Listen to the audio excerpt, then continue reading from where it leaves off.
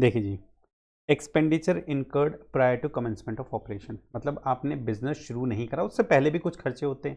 भाई आप इतना बड़ा बिजनेस स्टार्ट करने जा रहे हो, उससे पहले के भी तो बहुत सारे खर्चे होते होंगे, बिल्कुल होते हैं। कहते हैं कि expenditure incurred wholly and exclusively for the purpose of any specified business which have already been discussed under section 35 AD shall be allowed as deduction during the previous year in which he commenced operation from his specified business।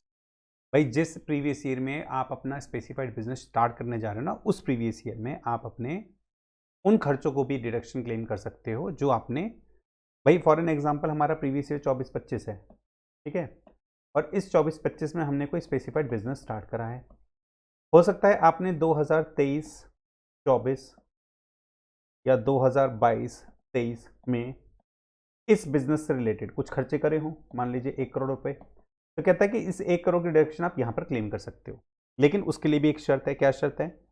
कि expenditure incurred prior to the commencement of its operation and amount is capitalized in the books of account of the assessee on the date of commencement its operation. कहता है कि ऐसे खर्चों की deduction claim की तो जा सकती है कि expenditure incurred Holi and exclusively for the purpose of any specified business shall be allowed as deduction during the previous year in which he commenced operation of his specified business if expenditure incurred prior to the commencement of its operation and amount is capitalized in the books of account of the assessee on the dates of his commencement of operation। इसका मतलब ये हुआ कि अगर मान लीजिए मेरे 23-24 का खर्चा 50 लाख था, 50 लाख था, अभी मान लीजिए 22-23 की मैं बात नहीं करता, मैं 1 साल की बात करते हैं खाली, मान लीजिए टोटल मेरा खर्चा 50 लाख था।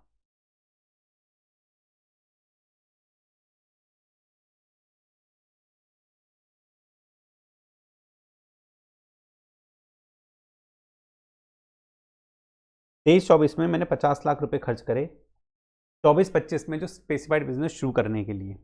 तो कहता है कि ये 50 लाख रुपए ना इस ईयर में 1 अप्रैल 2024 में इसकी बुक्स में 1 अप्रैल 2024 इसके प्रीवियस ईयर की बुक्स में कैपिटलाइज हो जाएं। मतलब यहां पर अपने इन खर्चों को आप ऑलरेडी बुक्स ऑफ अकाउंट में कैपिटलाइज कर लो, तभी हम इस प्रीवियस ईयर में उन खर्चों की डिडक्शन आपको अलाउ करा देंगे। ये मेरी एक छोटी सी कंडीशन। अब खर्चों की डिडक्शन ले लो, मुझे कोई दिक्कत नहीं है, लेकिन जब ये प्रीवियस ईयर, जिस प्रीवियस ईयर में बिजनेस शुरू कर रहे हो ना, उस प्रीवियस ईयर के स्टार्ट ऑफ द डे में 1 अप्रैल 2024 में amount is capitalize in the books of account of the assessee on the date of commencement of its operation, of the dates of commencement of operation. जिस दिन वो अपना operation शुरू कर रहा है उस दिन पर वो खर्चे बुक्स में कैपिटलाइज्ड हो जाने चाहिए। ये छोटी सी कंडीशन है।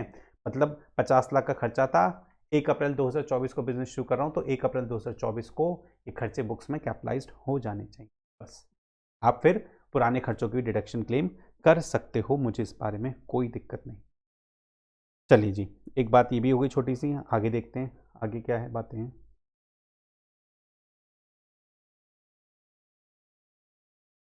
आगे चलते हैं, बाकी क्या कंडीशंस हैं। अब देखिए ये थोड़ी सी और इंपॉर्टेंट कंडीशंस हैं, इसको भी समझना पड़ेगा हमें। कंडीशंस टू बी सेटिस्फाइड, बाकी क्या कंडीशन है। कहता है कि this section applies to the specified business which fulfils the following condition. अब हमने अभी तक कहा कि हमने आपको 100% डिडक्शन दे दी स्पेसिफाइड बिजनेस के नाम पे, लेकिन कौन से स्पेसिफाइड बिजनेस होंगे? किसी पुराने बिजनेस को मैं नया कर दूं और कह दूं ये मेरा स्पेसिफाइड बिजनेस है। भाई स्पेसिफाइड बिजनेस था, लेकिन मैंने उस पुराने बिजनेस को, मतलब जो वेयर हाउस मेरा शुगर वगैरह का storage, warehouse of storage of sugar था, वो पुराना था, मैंने उसको रिनोवेट कर दिया। या मैं पहले एडिबल ऑयल स्टोर करता था, मैंने इसको थोड़ा सा यूनिट एक्सटेंड करके शुगर भी स्टोर करता हूँ। क्या मैं इसको स्पेसिफाइड बिजनेस बोल सकता हूँ? तो ये सारी बातें भी हमें समझनी पड़ेगी कि कुछ कंडीशन है स्पेसिफाइड बिजनेस के लिए कि this section applies to the specified business which fulfils the following condition. कौन सी है? कि it is not setup by splitting up or reconstruction of the business already in existence. जो बिजनेस आपका ऑलरेडी कोई बिजनेस एग्जिस्टेंस में है उसको आपने रिकंस्ट्रक्ट कर लिया, या उसी बिजनेस के 2 टुकड़े कर दिए और आपने कह दिया कि एक मेरा स्पेसिफाइड बिजनेस होगा, एक नॉन स्पेसिफाइड। नहीं साहब, ऐसे काम नहीं चले। हमने ये आपको प्रोविजन सिर्फ टैक्स प्लानिंग करने के लिए नहीं दिया है। हमने आपको ये प्रोविजन, भाई फॉर एन एग्जांपल मान लीजिए मेरा कोई एडिबल ऑयल का स्टोरेज हाउस था। अब मुझे पता है कि मैं ऑडिबल ऑयल को स्टोर करता हूं, यहां पर मुझे स्पेसिफाइड बिजनेस नहीं है, तो इसकी मुझे डिडक्शन 35 AD में नहीं मिलेगी कैपिटल एक्सपेंडिचर की। मैंने दिमाग लगाया, मैंने एक छोटा सा पोर्शन क्या काम करा, मैंने उस एडिबल ऑयल के टोटल मान लीजिए 2000 स्क्वायर यार्ड का एरिया था। 2000 स्क्वायर यार्ड तो मैं बहुत छोटी बात बोल रहा हूँ, मान लीजिए 10,000 स्क्वायर यार्ड का एरिया था। 10,000 स्क्वायर यार्ड में 2500 स्क्वायर यार्ड के एरिया में मैंने शुगर स्टोर करना शुरू कर, और मैंने अब क्या कहने लगा कि भैया मैंने नया स्पेसिफाइड बिजनेस कर दिया है। नहीं सब ऐसे नहीं, स्प्लिटिंग अप वाली बात मत करो, अब नया फ्रेश बिजनेस शुरू करो जिसमें सिर्फ आप शुगर स्टोर कर रहे हो, या आपने पुराने एडिबल ऑयल था उसको रिकंस्ट्रक्ट करके मैं कहता हूँ मैं तब शुगर का स्टोरेज करूंगा। नहीं सब वो का बात भी नहीं चलेगी। ना ही स्प्लिटिंग अप होना चाहिए, ना ही रिकंस्ट्रक्शन होना चाहिए किसी ऐसे बिजनेस का जो ऑलरेडी इन एग्जिस्टेंस में है।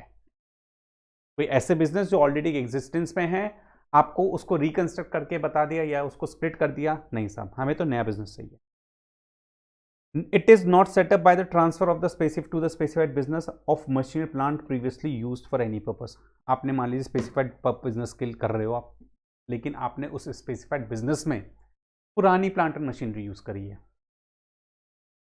आपने कहा कि भैया देखिए मैं होटल बना रहा हूँ, होटल तो स्पेसिफाइड बिजनेस है, मैं 3 स्टार कैटेगरी का होटल बना रहा हूँ। हमने कहा भाई हाँ 3 स्टार कैटेगरी का होटल है, सेक्शन 35 AD में स्पेसिफाइड बिजनेस है, मुझे कोई दिक्कत नहीं। हम आपको आपके कैपिटल एक्सपेंडिचर की 100% डिडक्शन मिलेगी।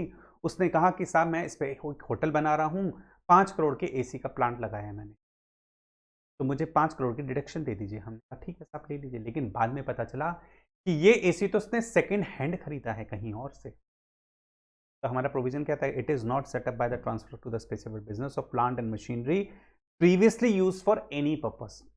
पुरानी सेकेंड हैंड कोई मशीन अगर आप स्पेसिफाइड बिजनेस में यूज करते हो तो हम आपको उसकी डिडक्शन कदापि नहीं देंगे। लेकिन इसमें कंडीशन है कि in order to satisfy this condition the total value of the plant और machinery so transferred should not exceed 20% of the value of the total plant machinery use in such specified business. कहता है कि साहब अगर आपने जो total plant and machinery लगाई है मान लीजिए 5 करोड़, 5 करोड़ का होता है 20%, 1 करोड़, इस टोटल 5 करोड़ में आप 1 करोड़ तक का ओल्ड लगा लो, 5 करोड़ में 1 करोड़ तक का ओल्ड लगा लो, 1 करोड़ तक का ओल्ड लगा लो, लेकिन 4 करोड़ को तो आपको नया लगाना ही पड़ेगा।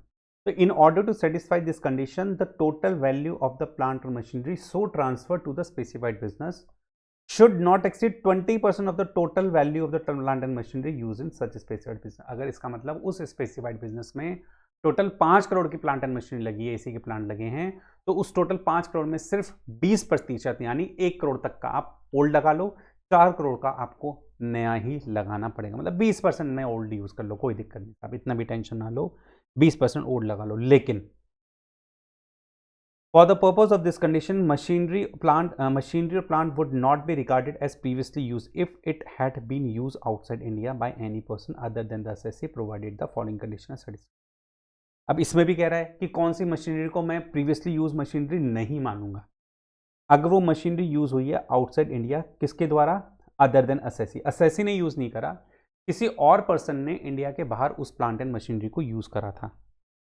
For the purpose of this condition machinery और plant would not be regarded as previously use if it had been use outside India by any person other than assessee provided the following condition are satisfied. Assessee के अलावा किसी और person ने किसी plant and machinery को India से बाहर outside India use करा था। असेसी ने यूज नहीं करा, किसी और पर्सन ने इंडिया से बाहर किसी प्लांट एंड मशीनरी को यूज करा था, और वो प्लांट एंड मशीनरी इंडिया में अब अपने स्पेसिफाइड बिजनेस में यूज कर रहे हो, तो भैया वो फिर आप पुरानी नहीं मानोगे। फॉर एन एग्जाम्पल, मान लीजिए यूएस के मिस्टर यू और इंडिया के मिस्टर आई ये स्पेसिफाइड बिजनेस कर रहे हैं होटल का, 5 करोड़ का AC प्लांट लगाया इन्होंने। मैंने कहा भैया 1 करोड़ का पुराना और 4 करोड़ का न्यू लगाना है, इतना चल जाएगा। अब इन्होंने जो 1 करोड़ का लगाया है ना पुराना, 1 करोड़ का भी पुराना लगाया, इन्होंने क्या काम करा, 1 करोड़ की जगह इन्होंने कहा कि साहब मैं तो 2 करोड़ का पुराना लगाऊंगा। और ये जो 2 करोड़ का पुराना लगा, इन्होंने कहा कि मैंने US से मिस्टर यू से मंगाया है, ये प्लांट US में यूज होता था मिस्टर यू के द्वारा, आउटसाइड इंडिया यूज हो रहा है, मिस्टर यू यूज कर रहे हैं, और मैं अब मिस्टर आई इंडिया में इसको यूज कर रहे हैं। तो कह रहे हैं ऐसे केस में ये फिर ओल्ड प्लांट एंड मशीनरी नहीं माना जाएगा। क्यों? क्योंकि देखिए मिस्टर यू ने इस प्लांट एंड मशीनरी पर डिडक्शन क्लेम नहीं करी है ना, तो ओल्ड और पुराना जब इस पर डिडक्शन क्लेम नहीं करी है तो मिस्टर आई के लिए तो वो नए ही होगा ना, पहली बार डिडक्शन क्लेम करी गई है। देखिए आगे पॉइंट ये बोली गए हैं, मिस्टर आई के लिए तो फर्स्ट टाइम इंस्टॉल करेगा, फर्स्ट टाइम डिडक्शन क्लेम करेगा। कि सच प्लांट और machinery was not at any time prior to the date of its installation by the assessee used in India. हाँ साहब, कभी यूज नहीं हुआ, मिस्टर यू ने यूज करा था यूएस में, कभी पहले यूज नहीं हुआ इंडिया में। Plant machinery was imported in to India from a foreign country. हाँ साहब, फॉरेन कंट्री में से आया है भाई, इंडिया से में के बाहर यूज हुआ, इंडिया में कभी यूज नहीं हुआ। इंडिया से बाहर ही हमसे, इंडिया के बाहर हमने फॉरेन कंट्री से मंगा, यूएस से मंगा हमारे एग्जाम्पल में। एंड कोई deduction on account of depreciation respect of such plant machinery had been allowed to any person at any time prior to the date of installation of the assessee. ये भी बात condition सही है कि भैया आप मंगा लो बाहर की, मिस्टर आई, आप मिस्टर यू से प्लांट एंड मशीनरी पुरानी मंगा लो, लेकिन कंडीशन क्या होनी चाहिए कि फॉरेन कंट्री से आए, हमारे केस में आ रहा है। ठीक बात है। क्या मिस्टर यू ने इसको पहले मिस्टर आई ने क्या पहले इसको कभी यूज करा है? नहीं साहब, पहले कभी यूज नहीं करा मिस्टर आई ने, क्योंकि तो मिस्टर आई ने कभी यूज नहीं करा, मिस्टर यू यूज कर रहे थे यूएस में, मिस्टर आई ने कभी यूज नहीं करा। ठीक बात है, ये भी दूसरी कंडीशन। क्या इस वाली प्लांट मशीनरी पे ये जो हम मंगा रहे हैं, इस पे क्या कभी कोई डिडक्शन या डेप्रिसिएशन क्लेम करा गया? अरे नहीं भैया, इंडिया में कभी आया ही नहीं, कभी डेप्रिसिएशन लगा ही नहीं, कोई डिडक्शन दी नहीं, तो क्या डेप्रिसिएशन क्लेम करा? नहीं सब, कभी कोई डेप्रिसिएशन क्लेम नहीं करा। अगर ये तीनों कंडीशन सेटिस्फाई हो रही हैं, तो फिर मैं ऐसी प्लांट एंड मशीनरी को जो इंडिया से बाहर यूज हो की गई थी और बाहर से मंगाई गई है, जिस पर डेप्रिसिएशन क्लेम नहीं करा गया है, मैं पुरानी मशीन नहीं मांगूंगा। देखिए, पुरानी कहने का मतलब सिंपल ये है कि उस पर डेप्रिसिएशन क्लेम ना करी गई हो। अब कोई बाहर से मशीनरी मंगाई है तो इंडिया में कैसे उसका डेप्रिसिएशन क्लेम करा होगा? हो सकता है उस मशीनरी पे जंग लग रहा हो, मुझे इससे क्या मतलब है भाई? मैंने तो मशीन खरीदी है ना, जंग लग रहा हो, मेरे काम की तो है ना वो मशीनरी, उस पर डेप्रिसिएशन क्लेम। तो डिपार्टमेंट को मतलब इससे नहीं है उस पर जंग लग रहा है, ब्रांड न्यू है। ब्रांड न्यू का मतलब ये नहीं उस पर मोहर लगी हो आज की मैन्युफैक्चरिंग डेट की, नहीं सर, जिस पर डेप्रिसिएशन क्लेम ना, क्योंकि हम बार बार एक ही मशीन पर डेप्रिसिएशन नहीं देगा डिपार्टमेंट। तो इसलिए यहाँ पे बात बोली है कि भैया पहले तो देखिए, स्प्लिटिंग अप या रिकंस्ट्रक्शन का केस ना हो स्पेसिफाइड बिजनेस में, कोई पुरानी मशीन यूज ना हो, 20% तक पुरानी मशीनरी यूज कर रहे हो, कर लो, कोई दिक्कत नहीं है। इंडिया की हो तो वो तो इंडिया वाली ही चलेगी, पुरानी मशीन इंडिया की है वो चलेगी। अगर बाहर से मंगा रहे हो कोई मशीनरी, फॉरेन कंट्री से मंगा लो, इंडिया में कभी यूज ना हुई हो और उस पर कोई डेप्रिसिएशन क्लेम ना करा दे। अगर ऐसी मशीनरी मंगा रहे हो बाहर से, तो वो पुरानी मशीन नहीं मानी जाएगी, नई मशीन की तरह ट्रीट होगा और उस पर आपको पूरी डिडक्शन अलाउड हो जाएगी, उस पर पूरी डिडक्शन आपको अलाउड हो जाएगी। देखिए थर्ड पॉइंट में क्या बात बोलता है? थर्ड पॉइंट में कहता है कि where the business is of laying and operating cross country natural gas और क्रूड और petrol oil pipeline network, it should satisfy the following condition. हमने एक स्पेसिफाइड बिजनेस पढ़ा था जिसमें क्रॉस कंट्री नेचुरल गैस, या ये वाला पॉइंट तो मैं रब कर देता हूँ, फिर दोबारा से आपको शो करता हूँ,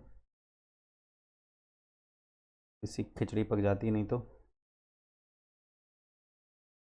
हमने ये वाला पॉइंट डिस्कस कर रहा था, point number C, laying and operating a cross country natural gas और क्रूड और petroleum oil pipeline network for distribution including storage facility being an integral part of such network. हमने बात करी थी कि साहब आप इस तरह का बिजनेस करते हो तो आप स्पेसिफाइड बिजनेस कहलाओगे और सेक्शन 35 एडी में डिडक्शन।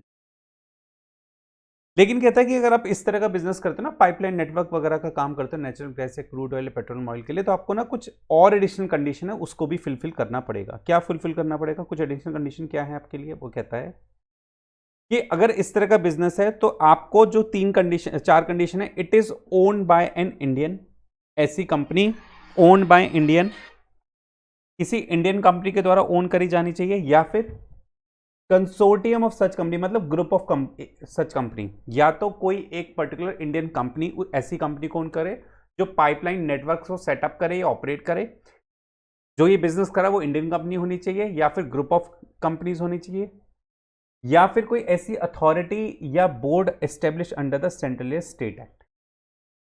इंडियन कंपनी हो या ग्रुप ऑफ कंपनीज हो या कोई बोर्ड या अथॉरिटी हो जो कि सेटअप हो अंडर स्टेट या सेंट्रल एक्ट, एक कंडीशन ये है। दूसरी कंडीशन कहता है कि ऐसी कंपनी, जो कौन सी कंपनी, जो ये वाला काम कर रही है, पेट्रोल पाइपलाइन नेटवर्क बिछा रही है, किसके लिए?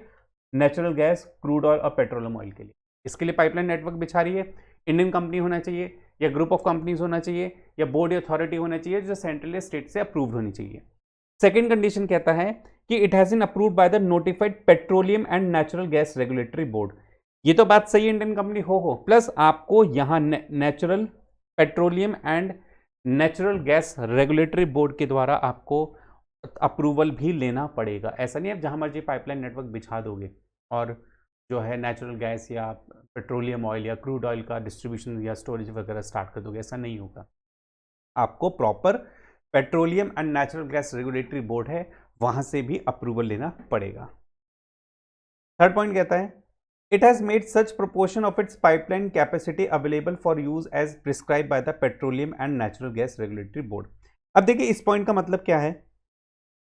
ये पॉइंट थर्ड वाला पॉइंट कहता है कि आपकी जो पाइपलाइन नेटवर्क होगा ना, आपका जो भैया देखिए आप कंपनी, आप जो ये पाइपलाइन नेटवर्क बिछाते हो पेट्रोलियम ऑयल वगैरह नेचुरल गैस के लिए, आपका जो पाइपलाइन नेटवर्क होगा, ये आपके पाइप्स हैं,